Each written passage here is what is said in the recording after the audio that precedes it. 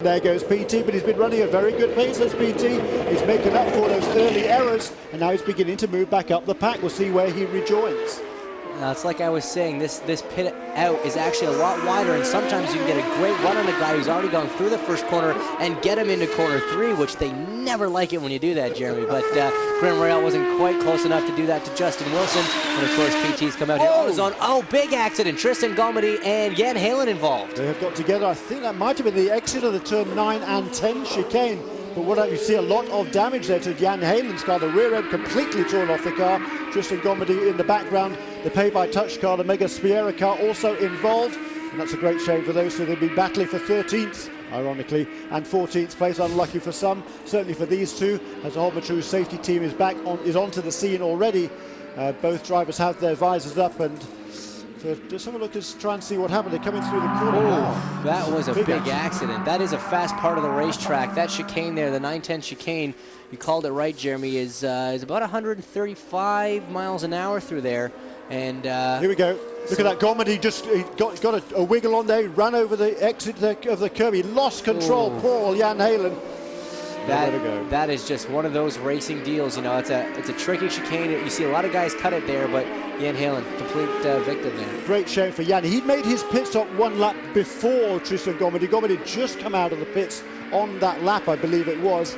And Gommendy on cold tires, one has to presume, just lost control in the middle of that corner, went barreling across the grass. Let's have one more look at it here. You can see it's Gommendy leading there, and then Heylen behind him, and then Oriol Servier behind those two. So he cuts across the grass there, misses the second part of the corner, and you know, you can see that's where he went off there. And as he's coming through, he's sideways right now.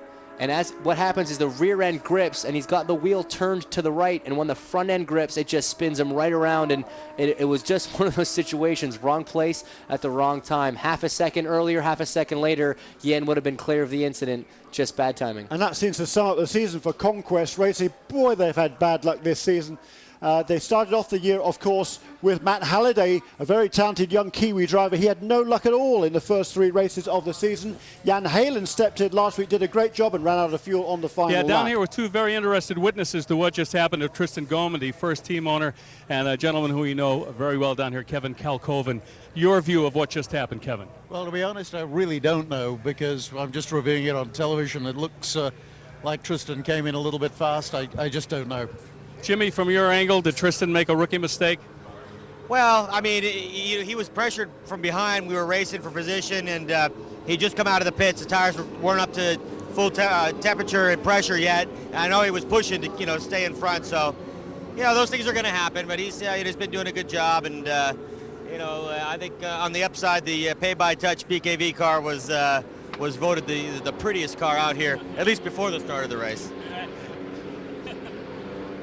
So you can see there quite extensive damage to both of those two. Gommendy's car just slams into the side of the Conquest Racing Champ car, Belgian Grand Prix of Belgium car of Jan Heylen. He comes to rest a rear wing about 10 yards away from the car, and there is Jan Heylen sitting in the Gommendy safety truck, make his way back to the pit lane. I said you did a super job, didn't he? Last week, 2 weeks ago in Portland, came in with absolutely no testing, was running in or around the verge of the top 10 right at the end of the race. He was ahead of Paul Tracy, I think, at the closing stages, and he ran out of fuel just 1 lap from the end of the race, as in fact did Catherine Legg.